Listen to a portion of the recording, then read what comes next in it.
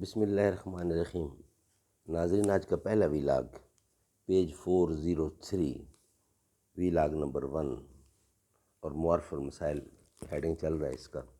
ناظرین، قرآن کریم کا ترجمہ، تشریح اور تفسیر آپ کی خدمت میں پیش کرنے جا رہے ہیں۔ کتاب کا نام ہے معارف القرآن، جلد اول، سورۃ الفاتح سے لے کر سورۃ البقرہ، پارہ اول تا پارہ تیسرا، رکوع 8واں۔ رائٹر ہیں اس کتاب کے مفتی اعظم پاکستان حضرت مولانا مفتی محمد شفیع صاحب رحمۃ اللہ علیہ۔ بسم اللہ الرحمن الرحیم۔ الحمدللہ وکفیٰ وسلام علی عبادہ الذین اصطفیٰ۔ قال النبی صلی اللہ علیہ وسلم خیرکم من تعلم القرآن وعلمہ۔ یہ علم، یہ حکمت، یہ تدبر، یہ حکومت کیا کم ہے فرنگی معدنیات کی فتوحات۔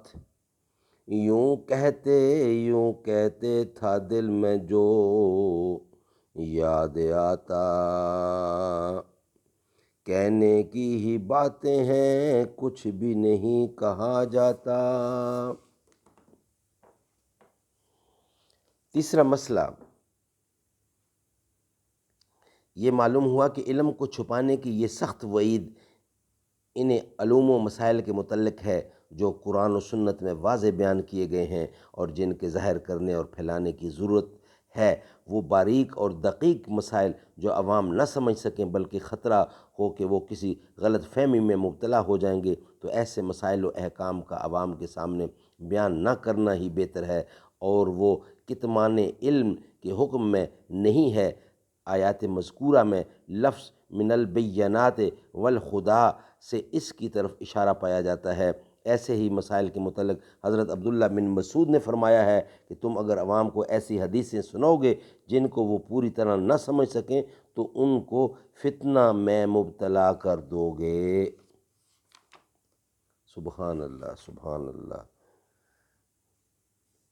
اسی طرح صحیح بخاری میں حضرت علی کرم اللہ وجہ سے منقول ہے، انہوں نے فرمایا کہ عام لوگوں کے سامنے صرف اتنے ہی علم کا اظہار کرو جس کو ان کی عقل و فہم برداشت کر سکے۔ کیا تم یہ چاہتے ہو کہ لوگ اللہ اور اس کے رسول کی تکذیب کریں؟ کیونکہ جو بات ان کی سمجھ سے باہر ہوگی ان کے دلوں میں اس سے شبہات و خدشات پیدا ہوں گے اور ممکن ہے کہ اس سے انکار کر بیٹھیں۔ اس سے معلوم ہوا کہ عالم کی یہ بھی ذمہ داری ہے کہ مخاطب کے حالات کا اندازہ لگا کر کلام کرے۔